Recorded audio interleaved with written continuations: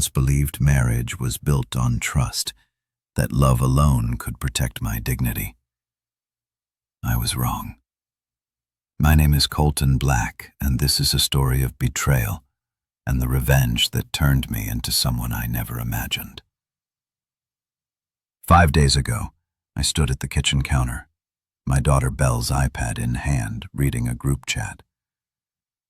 I was never meant to see my wife, Willow, her sister Lucy, and their mother. Aurora had named it family, only the messages stretched back months, even years, mocking me. He's just a pushover. Willow wrote he won't do anything. Lucy added with a laugh emoji, drain his savings while you can. Aurora advised HEK, never stand up for himself. They ridiculed me for turning down a promotion to spend more time with Belle. They joked about my trust, how I never questioned Willow's house renovations, which were really spa weekends, shopping sprees, or worse, affairs. But what truly stung wasn't the money. It was the contempt, the callousness, the quiet, insidious evil that turned every one of my sacrifices into an inside joke. Right then, it should have been enough for me to file for divorce, to call a lawyer and wash my hands of them. But something in me snapped. I realized I wasn't just going to leave. I needed to show them what it meant to shatter a man's faith and then assume he'd stay tame. Because for as long as I can remember, I'd been the nice guy, the gentle father, the trusting husband. They'd never once stopped to wonder what would happen if that quiet, obliging man discovered real rage. That night, as Willow slept, I stared at the ceiling, numb from betrayal. My heart hammered, my fists clenched, my chest burned with an unfamiliar darkness. I thought about Belle, my only tether to decency, and realized that no matter what happened, I had to protect her. I had to ensure she'd never be used as a pawn in Willow's schemes or Aurora's manipulations. I had to make them all regret every smug, self-satisfied message in that family-only chat. 2 days later, my daughter asked, "Daddy, why does Mommy's friend come over when you're not home?" I paused, phone in hand. "What friend is that, sweetheart?" "The tall man. He has a ring just like yours. And Mommy's Belle said he comes when you're at work. He always brings Mom coffee and they talk in her room. Sometimes they laugh. I heard Mommy call him Theo or something like that." Theo. The name clicked instantly. Theo Ross, my longtime best friend. We'd grown up together. He'd introduced me to Willow at a birthday barbecue for Lucy. He was always around, always laughing. I suddenly remembered the way Willow used to watch him, the subtle shift in her posture when he was arrived at our gatherings. Before I'd never questioned it, but now the puzzle pieces slotted together. Willow was cheating with my best friend. The cold black tide rose in my gut. After Belle ran off to watch cartoons, I placed a small motion-activated camera in the living room, its lens hidden behind a vase. Willow, too confident in my obliviousness, never noticed. The next day at noon, my phone buzzed while I was supposedly at work. Theo's silver truck pulled up. He let himself in, grinning. The footage showed them kissing in the foyer, curtains wide open. He wore his wedding ring, a cruel reminder of his own marriage to Naomi. For 2 hours they stayed in my bedroom. Then he walked out, straightened his shirt and left. I didn't yell, didn't cry, just stared at the screen, feeling something dark coil inside me. My lawyer had called it financial abuse. Now it was adultery and betrayal by my best friend. That night I overheard Willow on the phone with Aurora. "He was never going to confront me," she laughed. "We'll finalize everything next week. Once we get his bonus, I'll serve him the papers and take the house. What's he going to do?" Cry. My chest tightened. But her arrogance became the match, igniting my rage. No more silence, no more compliance. I would wait, let them push further, then show them what I was truly capable of. My patience would be my last kindness. When I met with my lawyer, Miss Phillips, I laid everything out, the screenshots, the camera footage, the text logs. She examined each piece, eyes growing wide. "You have a rock-solid case for divorce, potential for criminal charges." She said, "I need time to sort it all. But, Colton, this is serious. They're systematically robbing you." "I don't just want them to stop," I replied. My voice sounded deeper than usual, harsher. "I want them to pay, every one of them." Miss Phillips gave me a careful look. "Stay within the law, Colton. I see you're angry. You have every right. But keep your head on straight." I left her office with the kind of calm that comes before a thunderstorm. I wasn't going to do anything illegal. I was going to do everything just within the boundaries. But my confrontation with Theo wouldn't be anything a lawyer could sanitize. I was done letting them presume my kindness equaled weakness. Aurora's big family dinner loomed. Willow, Lucy, Aurora, and anyone who was considered an extension of their clan would be there. It was their monthly ritual to gather gossip and keep up appearances. I decided to attend with an elaborate plan in mind. I arranged for Belle to stay with a friend that night. I wanted her far away from what might happen. My internal debate was how best to expose them, all of them, when the perfect scenario presented itself. Lucy's husband, Grant, found me at the grocery store and asked, "You coming to the dinner, Min?" His tone was polite, but behind his words was an edge. I wondered how much he knew about Lucy's involvement in stealing from me. Did he know she was funneling my money into hidden accounts? "Yes," I said, managing a small smile, wouldn't miss it. Grant studied me a moment, then he offered a forced laugh. "See you there, buddy." He had no idea what was coming. Neither did the rest of them. Saturday night I arrived at Aurora's sprawl-in house, a place that always screamed wealth but only delivered pretense. Tall hedges, pristine driveway, white columns, but behind the polished facade wrought lies manipulation. Lucy greeted me at the door. "Oh, Colton," she said, wearing a too bright smile. "I'm so glad you could make it." Willow's inside, helping Mom with the roast. "It's going to be wonderful." I nodded, looking forward to it. Inside, Aurora and Willow were flitting around the kitchen. Aurora had that matriarchal posture, shoulders back, chin up, as though she were a reigning queen. Willow wore a summery dress, cheeks flushed as though she had been working hard.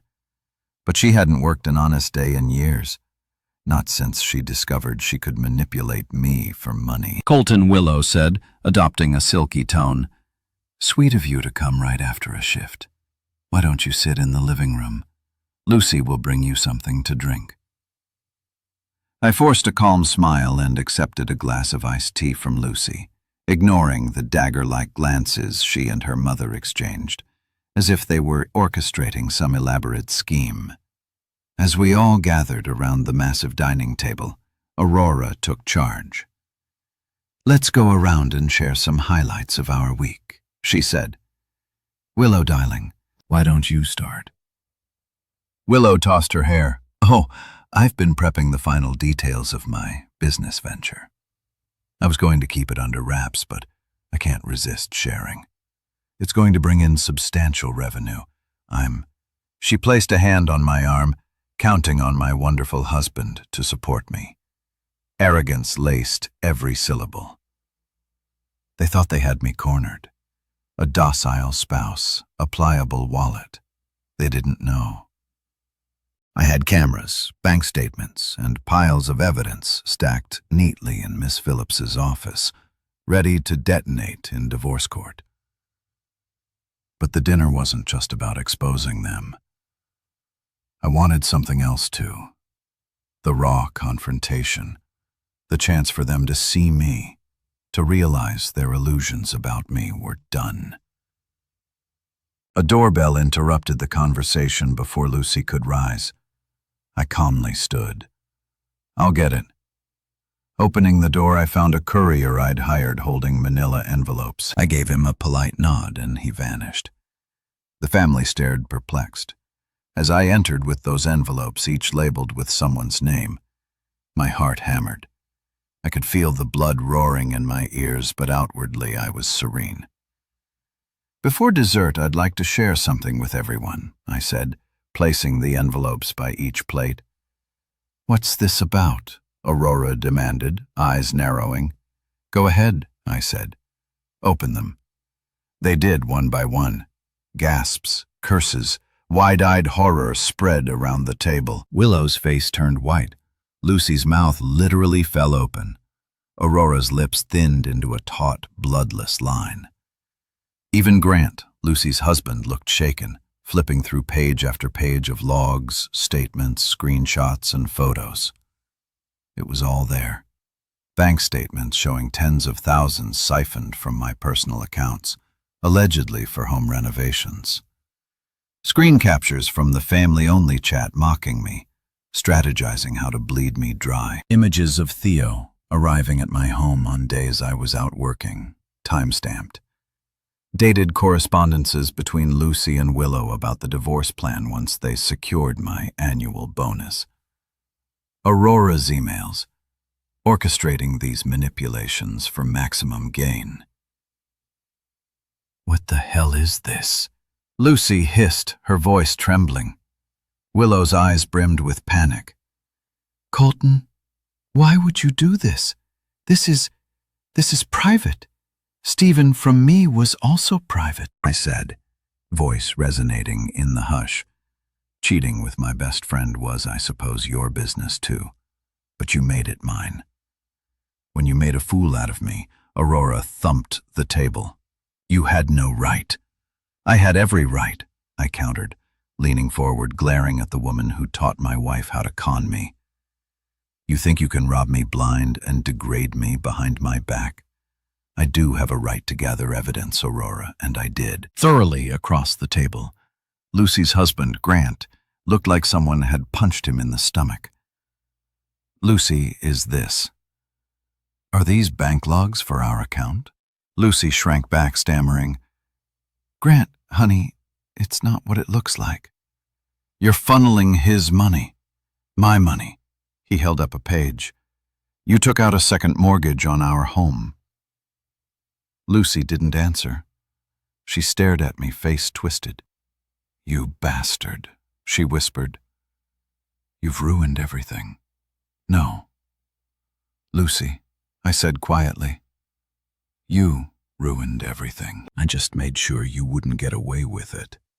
Suddenly, from the foyer came the ring of the doorbell. Again, my blood turned to ice. Another uninvited guest, part of me already knew who it might be. I'd half expected him to show, though I hadn't invited him. Willow jumped to her feet, hastily smoothing her dress. I'll get it," she stammered. I followed her, the entire family trailing behind. As Willow flung open the door, there stood Theo Ross, looking uncertain but determined. He wore a black leather jacket, hair disheveled, and on his face was an expression that wavered between guilt and defiance. "Willow," he said softly, "I wanted to talk." He caught sight of me over her shoulder, eyes widening. "Colton," he said, swallowing. "Look, man, I know how this looks." I felt an electric jolt of fury. That was my best friend. His voice was so familiar, so loaded with memories.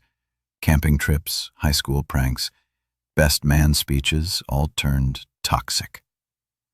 My jaw clenched so hard I thought my teeth might crack. "Why are you here, Theo?" I asked, my tone deceptively calm. He glanced at Willow. I came to manipulate me further." My voice rose to vault into my home again, "while I'm away." A flicker of panic crossed his face.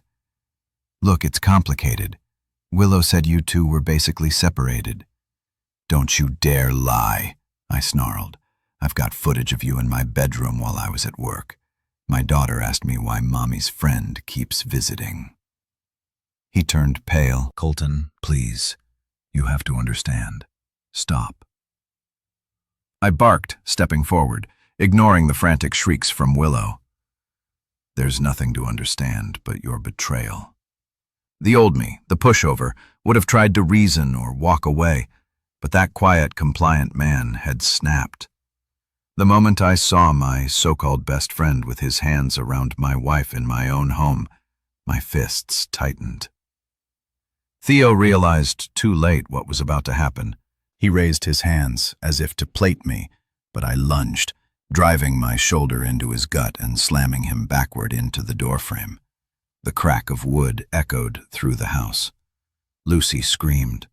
Aurora yelled, "Stop this madness!" But I wasn't listening. I grabbed a handful of Theo's jacket and swung a wild punch that connected with his jaw. The pain in my knuckles flared, but it felt good. Almost too good. Theo stumbled and I advanced, hooking a second blow across his face. He tried to regain balance, stepping sideways off the threshold and onto the front porch. Colton, this is insane. It's justice, I hissed, heart pounding. All those times you shook my hand, smiling while you went behind my back. Did you think I'd just lie down and take it forever? He attempted to grab my arm, but I twisted away and delivered a hard kick to the back of his knee. He collapsed, cursing. I stood over him, chest heaving. Willow shrieked, "Stop! You're going to kill him, Funny!" I growled, glaring at her. You never worried about me, only him. My entire body shook with adrenaline. Theo coughed, spitting blood onto the porch. It wasn't enough to quell my wrath. Images of him smiling at barbecues, making jokes at my expense while sleeping with my wife, flooded my mind. I bent down, grabbing a fistful of his hair. "You're done," I whispered, voice trembling with fury. "You hear me? Done." Before I could land another blow, I felt strong arms clamp around my chest. Grant and someone else pulling me off. "Colton, that's enough!" Grant panted. "Yoon, not worth it, man." Theo struggled to stand, leaning against the porch rail, blood trickling from his mouth. His eyes shone with terror. He'd never seen me like this. None of them had. I let Grant and the others drag me back inside, my breath coming in ragged gasps.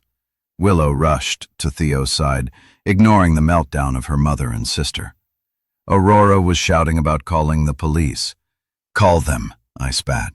"We'll see how they like the evidence I've collected on your entire family." "Go ahead, Aurora." She froze, phone half raised. "You're threatening us? Threatening?" I let out a bitter laugh. "No, just stating a fact. If you call the police, you'll all face a tsunami of charges for fraud, theft, conspiracy, maybe more. I'll be arrested for assault, sure, but at least I'll know every dirty secret of yours is on the record.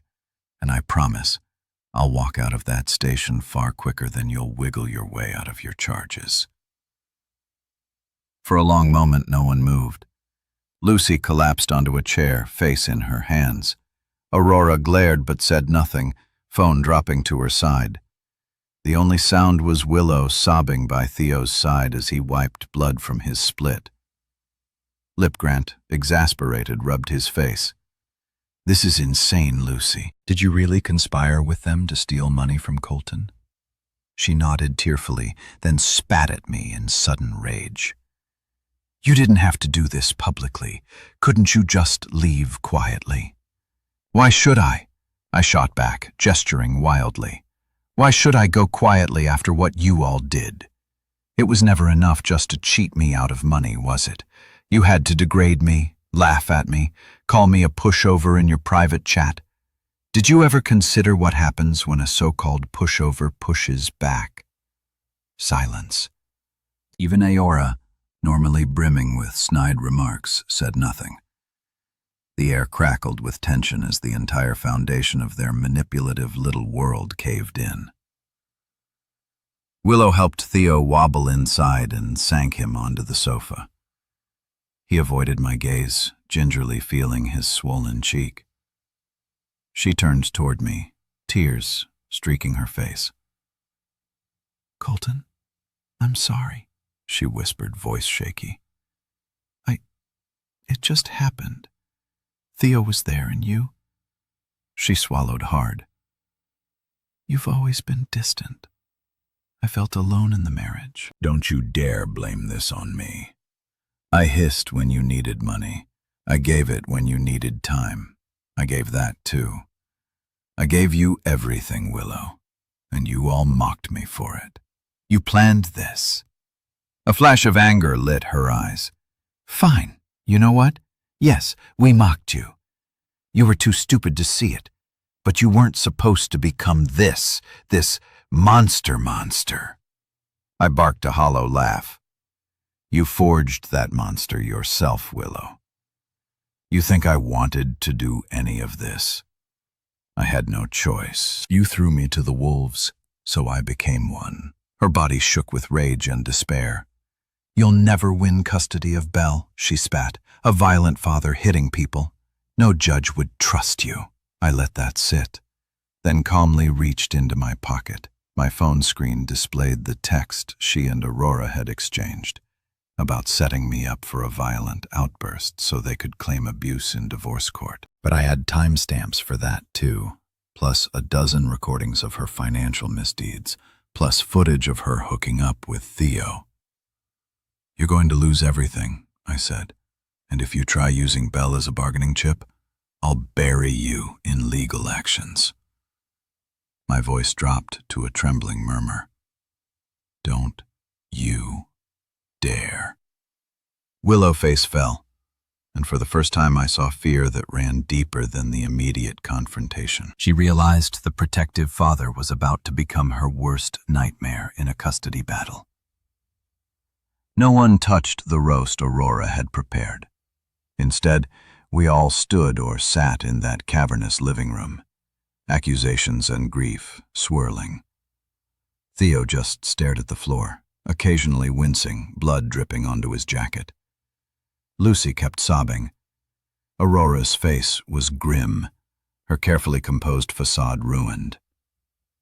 Finally, Aurora cleared her throat, voice trembling with forced composure. "Let's everyone calm down, Colton. Perhaps we can discuss terms. We all family, after all." "Not anymore," I said, unwavering. "I won't settle this privately. You've left me no choice." Grant stared at Lucy. "I can't believe you did this. Our finances, our life. For this scam?" Lucy looked helpless. "Mom said it was guaranteed." Willow said, "You'd never even know." I. She broke down, tears streaming, but I felt no pity. Her tears were for being caught, not remorse for the harm inflicted. Aurora rubbed her temples, eyes flitting to me. "There must be a way out. We can repay. You apologize. Repay me with what I demanded. The money you spent is gone. I see no apology forthcoming. That isn't laced with more lies." Her lips pressed tight. "We just need to think carefully." I cut her off. "Here's what's going to happen. I've already filed for divorce. The court documents are done. You'll be served soon enough. All I need now is to ensure Belle's best interests. As for the fraud, that's a separate matter. My attorney is preparing to file criminal charges. Your family-only group chat will be a delightful highlight for the prosecution, especially the parts about forging my signature and stealing my funds." Aurora's cheeks flushed. "You would send the mother of your child to prison. You are a monster." "She's the one who dragged herself there," I said coolly. "But maybe a plea bargain is possible. You have to talk to your lawyers." Lucy clutched at her stomach, looking ill. "What about me?" I glanced at her. "Grant, if you want to come with me, I'll introduce you to my lawyer. You can see the evidence yourself." He nodded mutely, clearly devastated. Lucy seemed to shrink smaller into the armchair. I almost felt sorry for him. He'd married into this den of vipers, just like I had. Theo managed to stand, leaning on Willow. He tried to meet my eyes. "Colton, He had nothing left to say, nothing that could fix this. I turned my back on him. The assault, the adrenaline still pumping, had offered me a grim satisfaction. I had become something I never thought I could be. Someone who sees betrayal and answers with brutality. I pointed at Aurora. "Don't bother calling me. Don't even attempt to manipulate Belle behind my back. You so much as speak her name in the wrong tone, and I'll have the police swarming your doorstep." "Understood." She swallowed, fear flickering in her gaze. "Yes." I turned to Willow. Her tears had stopped, replaced by a hollow stare. "Pack your things from my house," I said quietly. "Stay with your mother, or stay with him." I jerked my chin at Theo, "But you do not set foot in that house unless it's scheduled visitation, or you come with an officer to retrieve your belongings. Consider your comfortable life done." Willow opened her mouth, then shut it. She was beaten, and she knew it. Within days, Miss Phillips filed an avalanche of paperwork. Restraining orders, custody motions, lawsuits for fraud and theft. Lucy's husband worked with us, unveiling more hidden funds, more creative ways. Aurora and Willow had stolen the net closed in rapidly. Theo tried calling me. Once I didn't answer, he left a voicemail. "I know I messed up, but we can't let it end like this. We've been friends since." I deleted it, never replying. Some betrayals can't be forgiven. News spread fast. Willow's mother, Aurora, ended up under investigation for orchestrating multiple financial schemes over the years, including forging other family members' signatures for of credit. Lucy's meltdown intensified when Grant froze their accounts, launching his own suits against her. Their lavish lifestyle collapsed. As for Theo, his wife Naomi found out she'd suspected something, but never guessed it would be me who uncovered it. She filed for divorce and took their 2 kids. She also took a scorched earth approach, calling every mutual acquaintance and letting them know what Theo had done. Within a month, my quiet suburban world exploded into a swirl of legal depositions, property transfers, and, ironically enough, hush money. Willow, Lucy, and Aurora tried to offer me settlement deals. Miss Phillips refused them all, pressing for maximum damages. She told me I'd end up with more than I'd ever imagined. But money wasn't my primary concern. Belle was. I insisted on primary custody, citing Willow's proven record of manipulation and fraud. The family court judge, upon seeing the evidence, granted me sole custody pending review. Willow got supervised visitation.